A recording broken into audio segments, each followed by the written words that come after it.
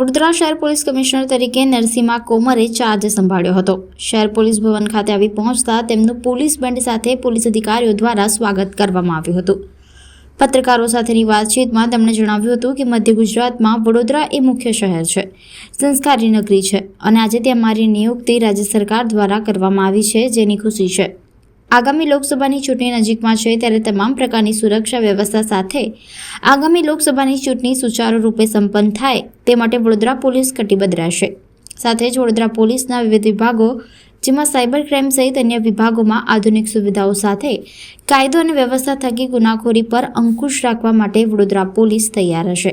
વધુમાં તેમણે પત્રકારો દ્વારા આગામી તહેવારો સંદર્ભે પૂછવામાં આવેલા પ્રશ્નનો જવાબ આપતા જણાવ્યું હતું કે રામનવમીના તહેવારે નીકળનારી શોભાયાત્રા શાંતિપૂર્ણ રીતે સંપન્ન થાય તે માટે વડોદરા શહેર પોલીસ દ્વારા તૈયારીઓ અંગેની બેઠક કરી સમીક્ષા કરવામાં આવશે. સંવેદનશીલ તથા અતિ સંવેદનશીલ વિસ્તારોમાં પોલીસ ઉપરાંત જરૂરી ફોર્સને તૈનાત કરાશે. અત્રે ઉલ્લેખનીય છે કે ગત રામનવમી પ્રસંગે શહેરમાં નીકળેલી ભગવાન રામની શોભાયાત્રા પર ફતેપુરામાં હુમલો થયો હતો, જેના કારણે સંવેદનશીલ વિસ્તારમાં તોફાનો થયા હતા. ત્યારે રાજ્યના ગૃહ વિભાગ દ્વારા શહેરના નવા પોલીસ કમિશનર તરીકે નરસિમ્હા કોમરને પદભાર સોંપ્યો છે. આવતીકાલે રામનવમીની શોભાયાત્રા નીકળનાર છે.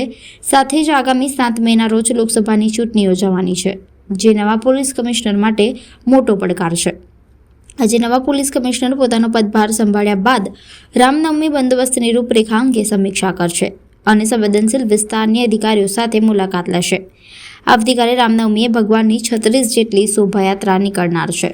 ગૃહ વિભાગ ગુજરાત સરકાર દ્વારા પોલીસ કમિશનર વડોદરા સિટી તરીકે મારું નિયુક્તિ થયું છે અને આજે આપણે પદભાર સંભાળેલા છે. વડોદરા શહેર મધ્ય ગુજરાતમાં એક અતિ મહત્ત્વનું શહેર છે અને એક એમર્જિંગ મેટ્રોપોલિટન સિટી તરીકે એમનું ખાસ ઓળખ છે. અને વડોદરા સિટી એક સંસ્કારી નગર તરીકે એક રિચ હેરિટેજ ધરાવતા શહેર હોવાના કારણે રાજ્યના એડમિનિસ્ટ્રેટિવ સિસ્ટમમાં ગુજરાત માટે વડોદરા સિટી એક મહત્ત્વનું શહેર છે. તો પોલીસિંગ પર્સપેક્ટિવથી પણ એક ચેલેન્જિંગ સિટી છે, કેમ કે વડોદરા મુંબઈ દિલ્હી ઇકોનોમિક કોરિડોર ઉપર આવે છે અને industrial business, commerce and trade સાથે સાથે સર્વિસ ઇન્ડસ્ટ્રીઓ પણ અહીંયા થ્રાઇવ કરે છે. એટલે ઇન ટર્મ્સ ઓફ જે ટ્રેડિશનલ ક્રાઇમ, રિસન્ટ ટાઈમમાં ફાઇનાન્શિયલ ક્રાઇમ, સાયબર ક્રાઇમ વગેરે દૃષ્ટિથી પણ આપણે મહત્ત્વનું છે. આ પોલીસિંગ ચેલેન્જીસ સામે કરવા માટે વડોદરા શહેર પોલીસ એકમ એક સક્ષમ એકમ છે અને આ એકમનું લીડરશિપ સંભાળવાની મને એક તક મળ્યું છે. આપણે આવતા દિવસોમાં બેસિક પોલીસિંગ અને જે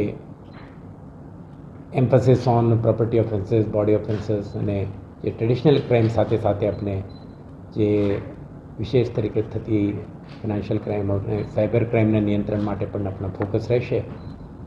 આજની ઇમિડિયેટ કોન્ટેક્સ્ટમાં લોકસભા ઇલેક્શન 2024 ઓલરેડી પ્રોસેસમાં છે.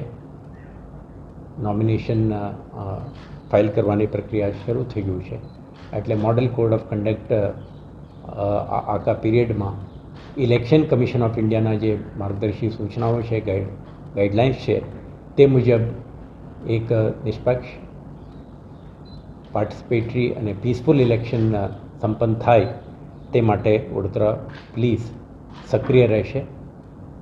અને મને વિશ્વાસ છે આપણા પોલીસિંગ ઇનિશિયેટિવ માટે શહેરજનો આપણે સંપૂર્ણ સહકાર અને સાથ આપશે અને જે કંઈ શહેરના સુરક્ષા, સલામતી અને નાગરિકોના વેલબિંગ માટે આપણે ઇનિશિયેટિવ લઈશું, આમાં પ્રજાજનો તરફથી આપણે સંપૂર્ણપણે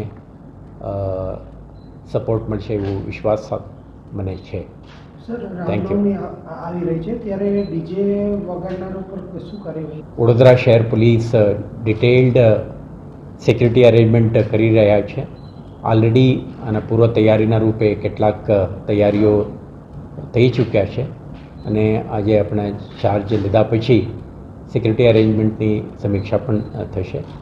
આયોજકો અને અન્ય તમામ સ્ટેક હોલ્ડર ડિપાર્ટમેન્ટ્સ અને જે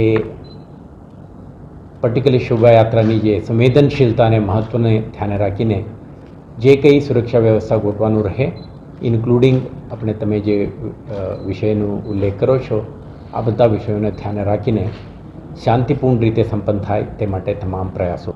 કાયદો અને વ્યવસ્થાની જાળવણી શહેર પોલીસની જવાબદારી છે.